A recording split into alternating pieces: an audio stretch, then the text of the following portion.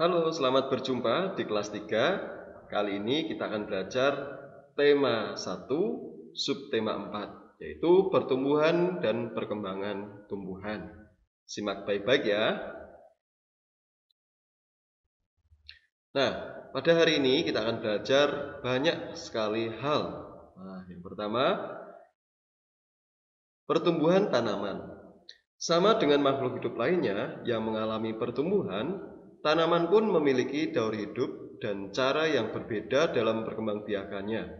Ada tanaman yang mengalami perkembangbiakan secara alami, ada juga tanaman yang mengalami perkembangbiakan secara buatan. Nah, perkembangbiakan secara alami dapat dengan biji ataupun tunas. Selain itu, dapat juga dengan umbi atau spora. Contoh tumbuhan yang berkembang biak alami dengan biji banyak sekali, contohnya mangga, jeruk, dan semangka. Tanaman yang berkembang biak dengan tunas contohnya adalah pohon pisang, pohon bambu, dan cocor bebek. Perkembangbiakan buatan adalah proses perkembangbiakan tumbuhan dengan bantuan manusia. Salah satu contoh perkembangbiakan tumbuhan dengan bantuan manusia contohnya adalah pencangkokan. Untuk mengenal berbagai tumbuhan dan cara perkembangbiakannya, kita bisa membuat dalam sebuah tabel. Contohnya, jenis daunnya seperti ini dan nama tanamannya adalah tanaman mangga. Dan cara berkembangbiaknya adalah dengan biji, dan seterusnya. Daun-daun kering tersebut dapat kita manfaatkan. Selain daun kering itu sebagai sampah, daun kering juga bisa kita manfaatkan untuk membuat hiasan juga loh. Mari kita lihat. Nah, menghias gambar dengan tempelan daun kering disebut dengan kerajinan mosaik. Kalian kelas 2 dulu pasti pernah melakukannya. Selain daun, kalian juga bisa membuat kerajinan mosaik dari biji-bijian.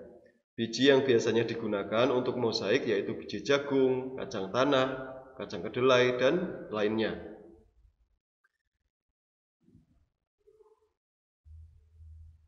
Perkembangbiakan tumbuhan dengan biji. Sebagian besar tumbuhan berkembang biak dengan menggunakan biji.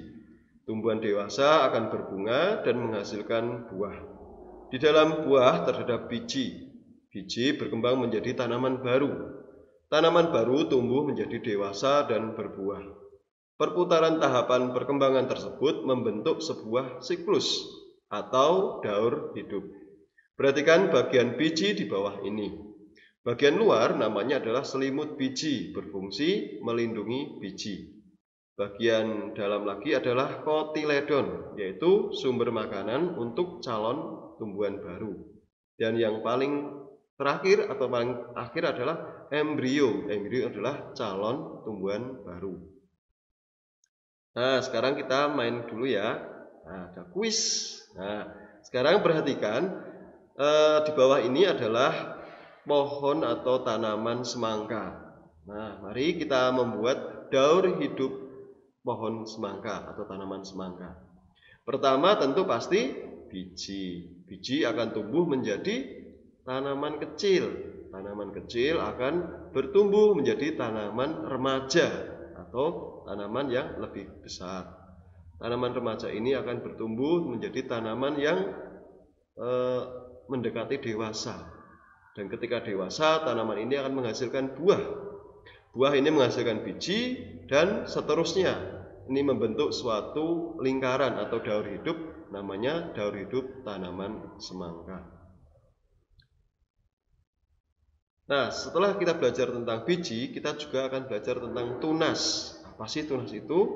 Nah, tunas itu adalah anakan yang tumbuh di dekat tumbuhan induknya. Contohnya adalah daun cocor bebek. Perhatikan, di tepi daunnya ada calon tumbuhan baru atau tunas-tunas baru. Contoh lain adalah pohon pisang. Pohon pisang ada di sekitar induknya.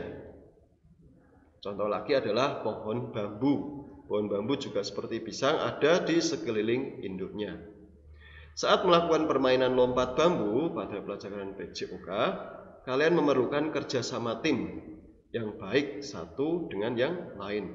Selain kerjasama yang baik, kita juga membutuhkan konsentrasi agar tidak terjadi cedera. Manfaat bekerja sama diantaranya: 1. Mempererat persaudaraan, pekerjaan menjadi cepat selesai, dan pekerjaan menjadi lebih ringan. Perkembangbiakan tumbuhan ada 2, yaitu melalui kawin atau generatif dan melalui tak kawin atau vegetatif. Dan melalui generatif atau kawin biasanya melalui alat reproduksi, yaitu bunga. Bunga mempunyai alat kelamin jantan namanya benang sari, dan mempunyai alat kelamin betina namanya adalah putik. Serbuk sari ketika menempel di putik, maka akan terjadi pembuahan di ruang bakal biji. Kemudian menjadi zigot, zigot kemudian menjadi lembaga, bakal biji menjadi biji, bakal buah menjadi daging buah. Nah, di Indonesia dikenal ada 3 bunga nasional, yaitu bunga bangsa, yaitu melati berwarna putih ya, dan ada juga namanya bunga puspa pesona, yaitu anggrek bulan, dan kemudian adalah puspa langka, yaitu Rafflesia arnoldii. Kenapa disebut langka? Karena tidak semua tempat ada tanaman ini. Nah, sekarang kita akan belajar bagaimana sih macam-macam teknik potong itu. Nah, teknik potong ada 2. Yang pertama adalah menggunting. Kalian lihat gambarnya, pasti kalian sudah bisa kan? Nah, selain itu ada teknik merobek. Nah, merobek seperti merobek kertas. Nih, perhatikan. Nah, sekarang kita akan membuat karya seni dengan teknik potong. Kalian bisa lihat di buku halaman atau buku paket yang kalian pinjam dari sekolah di halaman 163. Cara membuat karya dengan teknik potong, kalian bisa lihat video berikut ini.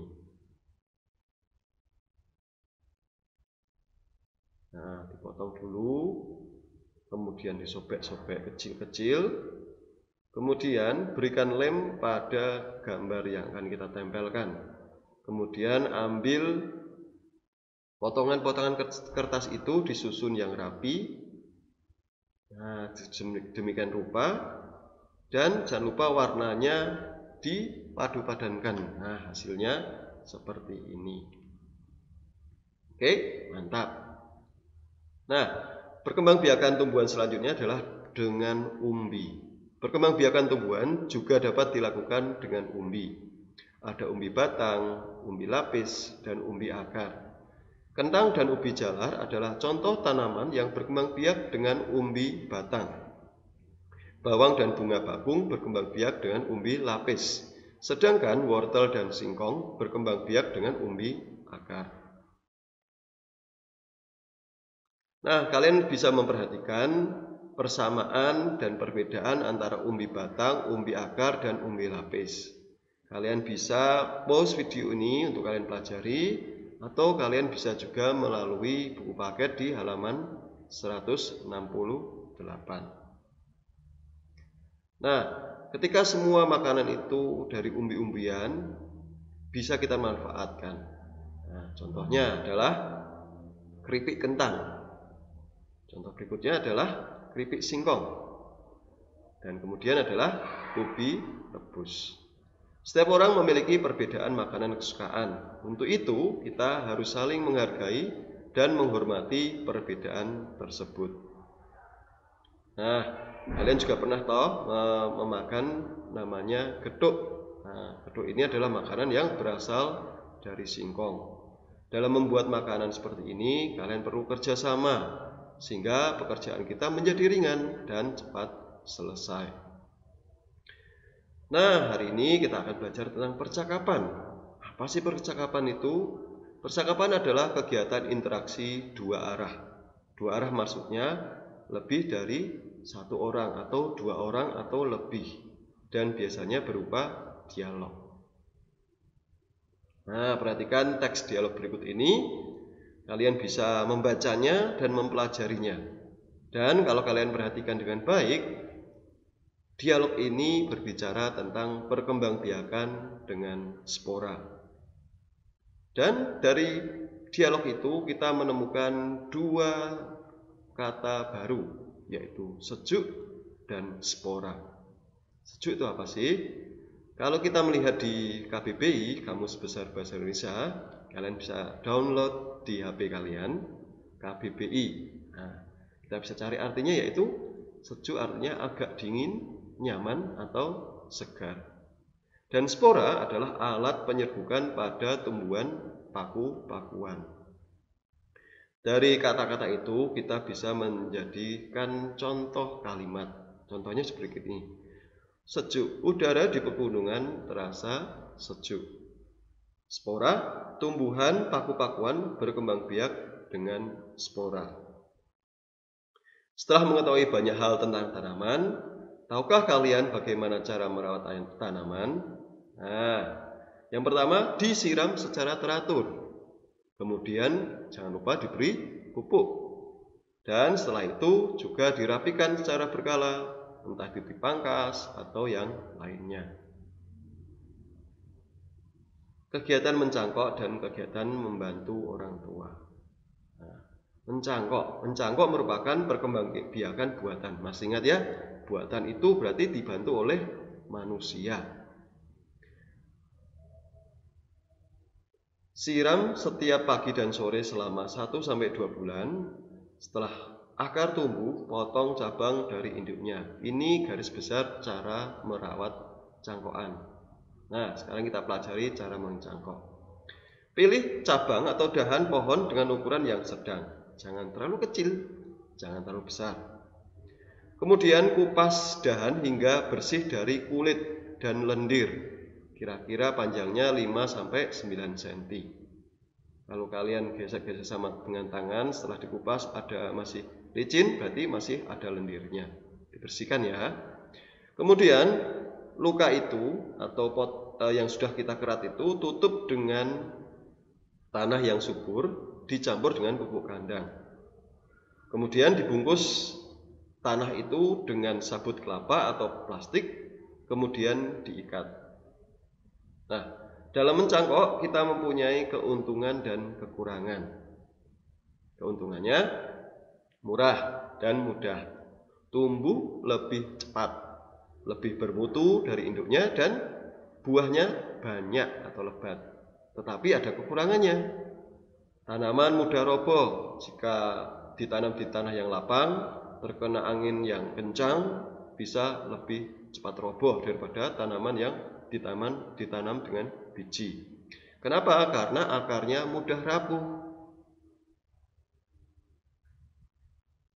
Nah, dalam kita melakukan kegiatan tanam-menanam, kita juga perlu membantu orang tua di rumah. Apa saja yang kita perlu bantu orang tua? Itu menyiram tanaman, menyapu, dan mencuci piring. Nah, demikianlah. Semoga bermanfaat bagi kalian. Semoga kalian menjadi lebih pandai dan lebih bisa mengerti pelajaran hari ini. Cukup sekian. Jaga kesehatan dan sampai jumpa.